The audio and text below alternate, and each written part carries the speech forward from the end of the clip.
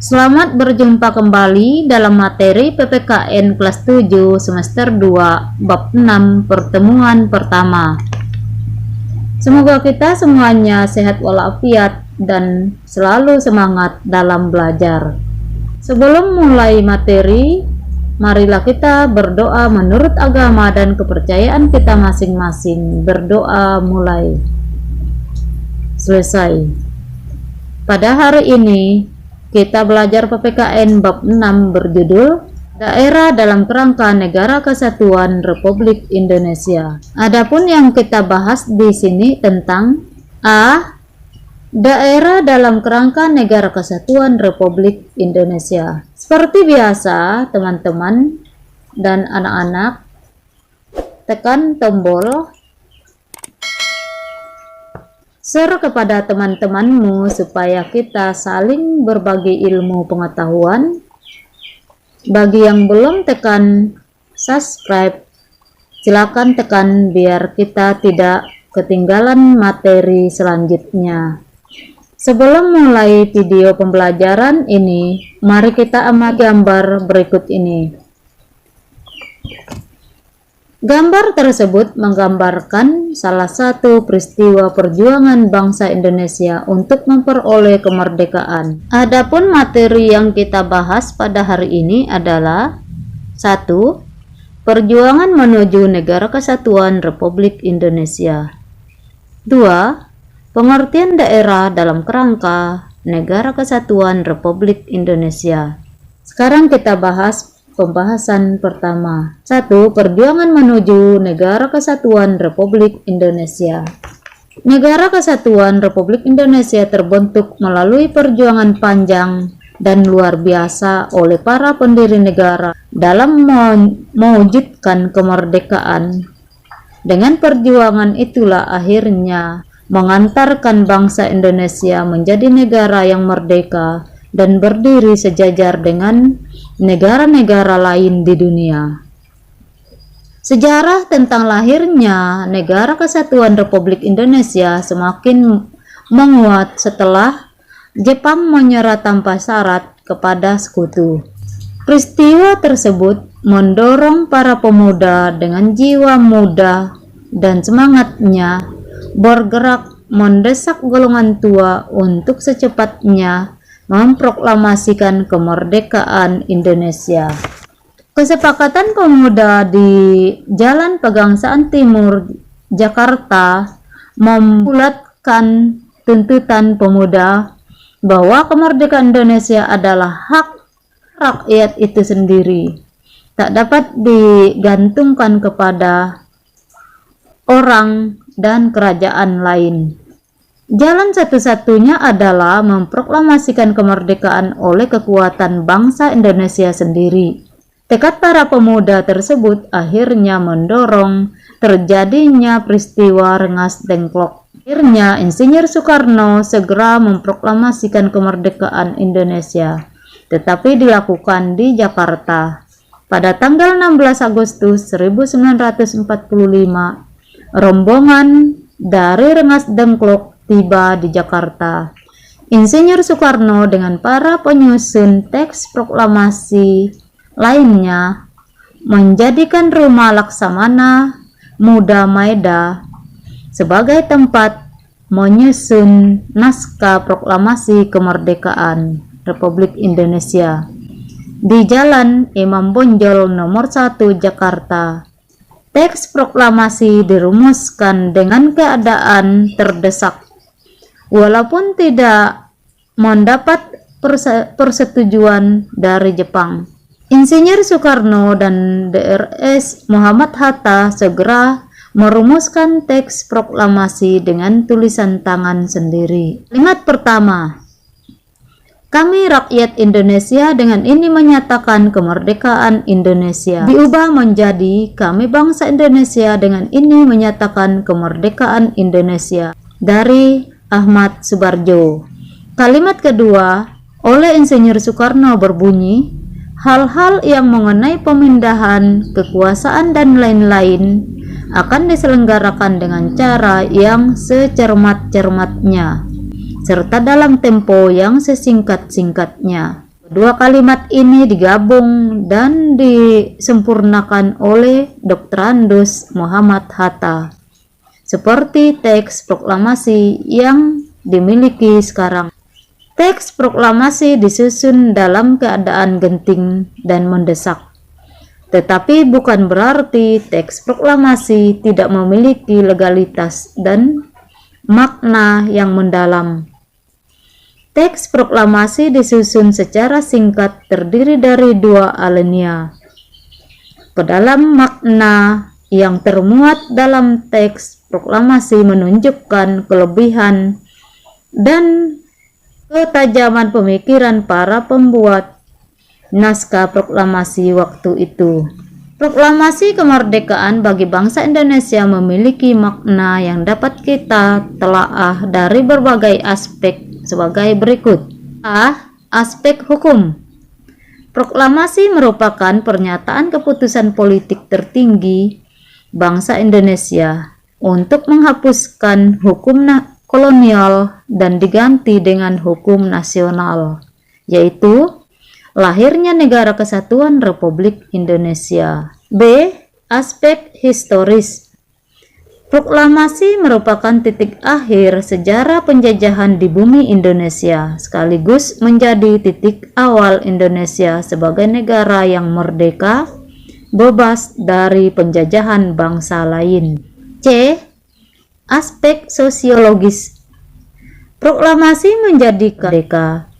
Proklamasi memberikan rasa bebas dan merdeka dari belenggu penjajahan. D. Aspek kultural. Proklamasi membangun peradaban baru dari bangsa yang digolongkan pribumi pada masa penjajahan Belanda, menjadi bangsa yang mengakui persamaan, harkat, derajat, dan martabat manusia yang sama. E. Aspek politis. Proklamasi menyatakan bahwa bangsa Indonesia sebagai bangsa yang berdaulat dan mempunyai kedudukan sejajar dengan bangsa-bangsa lain di dunia. F. Aspek spiritual. Proklamasi yang diperoleh merupakan berkat rahmat Tuhan Yang Maha Esa yang meridhoi perjuangan rakyat Indonesia melawan penjajahan. Kemerdekaan bangsa Indonesia tidak terlepas dari doa seluruh rakyat Indonesia kepada Yang Maha Kuasa untuk segera terlepas dari penjajahan. Pernyataan proklamasi mencerminkan tekad kemandirian bangsa Indonesia untuk terlepas dari penjajahan bangsa asing. Sebagai bangsa yang merdeka dan bebas, ingin mengantarkan dirinya ke gerbang kehidupan yang merdeka, bersatu, berdaulat, adil, dan makmur. Kemerdekaan merupakan jembatan emas untuk mewujudkan cita-cita bangsa dan negara. 2. Pengertian daerah dalam kerangka Negara Kesatuan Republik Indonesia. Proklamasi kemerdekaan bangsa Indonesia merupakan awal dibentuknya Negara Kesatuan Republik Indonesia. Negara Indonesia yang diproklamasikan oleh para pendiri negara adalah Negara Kesatuan. Pasal 1 ayat 1 Undang-Undang Dasar Negara Republik Indonesia tahun 1945 menyatakan negara Indonesia adalah negara kesatuan yang berbentuk republik. Daerah adalah kesatuan masyarakat hukum yang mempunyai batas-batas wilayah yang berwenang mengatur dan mengurus urusan pemerintah dan kepentingan masyarakat setempat. Menurut prakarsa sendiri, berdasarkan aspirasi masyarakat dalam sistem Negara Kesatuan Republik Indonesia. Terdapat 5 daerah di Indonesia yang menyandang status otonomi khusus atau istimewa, yaitu 1. Pemerintahan Aceh, 2. Daerah khusus Ibu Kota DKI Jakarta, 3. Daerah Istimewa DI Yogyakarta, 4. Provinsi Papua, 5. Provinsi Papua Barat. Pemberian otonomi yang seluas-luasnya kepada daerah diarahkan untuk mempercepat terwujudnya kesejahteraan masyarakat melalui peningkatan pelayanan, pemberdayaan, dan peran serta masyarakat. Pemberian otonomi daerah ini dilaksanakan berdasarkan prinsip negara kesatuan, sehingga otonomi daerah merupakan subsistem dari negara kesatuan. Dalam negara kesatuan, kedaulatan hanya ada pada pemerintah pusat dan tidak ada pada daerah. Pemerintahan daerah dalam negara kesatuan merupakan satu kesatuan dengan pemerintahan nasional. Oleh karena itu, walaupun daerah diberikan kewenangan otonomi seluas-luasnya, akan tetapi tanggung jawab akhir tetap berada di tangan pemerintah pusat.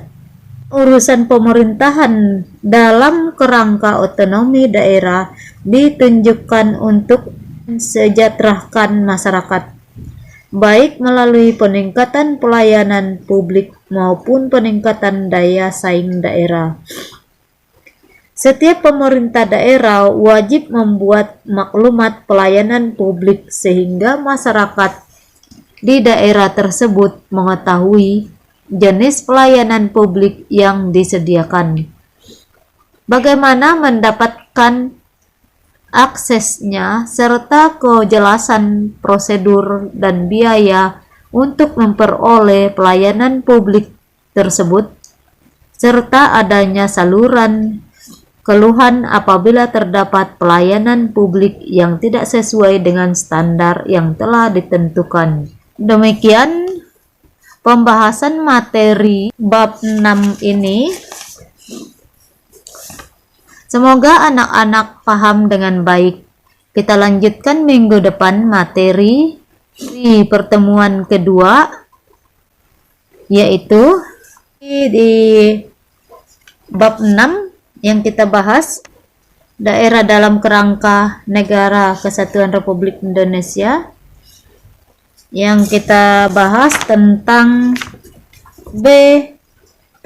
Peran daerah dalam kerangka Negara Kesatuan Republik Indonesia. Itu yang kita bahas minggu depan.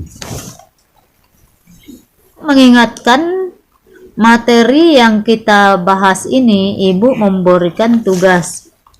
Tuliskan teks proklamasi kemerdekaan Negara Republik Indonesia dengan tulisan tangan, tulisan tegak bersambung. Ibu kira sampai di sini pertemuan kali ini. Ibu doakan semoga kita semuanya sehat walafiat. Salam sehat untuk kita semuanya. Sampai jumpa pada materi selanjutnya. Sebelum kita akhiri, marilah kita berdoa menurut agama dan kepercayaan kita masing-masing. Berdoa mulai. Selesai. Terima kasih telah menonton video pembelajaran PPKN ini. Salam sehat untuk kita semua.